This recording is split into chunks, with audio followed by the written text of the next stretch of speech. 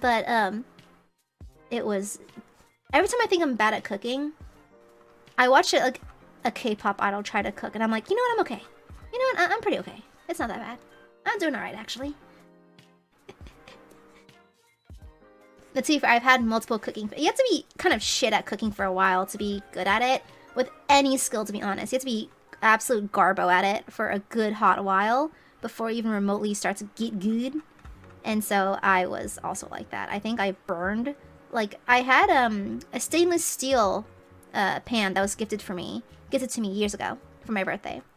And I tried I tried I tried frying something. I think it was salmon on the pan, and I was not paying attention to it for a while. I literally walked away from the pan to do some laundry, came back, shit's on fire.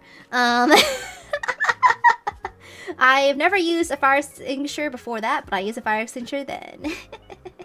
Everything was fine, but shit was indeed on fire. So and like I was trying to clean up and stuff. I look at the center of the pan. There's a tiny little brick where the salmon used to be. Yeah, it was yeah. And then, the thing is,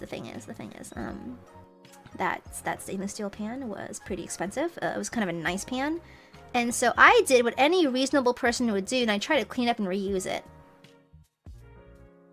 I was broke at the time. Couldn't afford more pans. This was a gift from a friend, and I was like, shoot, gotta keep on using it then.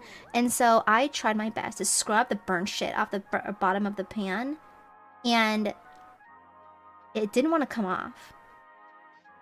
And so like I took like a scraper like you use for the windshield of your car, and tried like, you know, like scraping that shit off. It wouldn't come off. And so I was like, well, it's just carcinogens. It's not that bad, right? If I put enough oil on it, it should be okay, right? So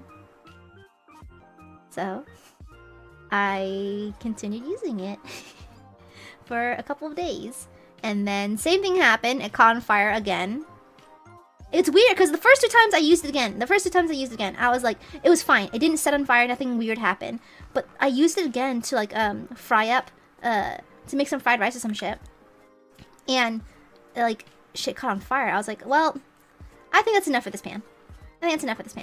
So I was actually actively eating off a already burnt pan that had probably leftover fire extinguisher material on it. I'm still alive somehow, honestly. The human body truly is amazing. Human form is something else entirely, to be honest. It's genuinely very impressive. It's not that bad, though. It's not that bad. At least there wasn't mold on it, you know? It just had, you know, carcinogens. You know, they're not the worst things ever. They're just carcinogens. I'm fine. I may have stomach issues, but I'm fine.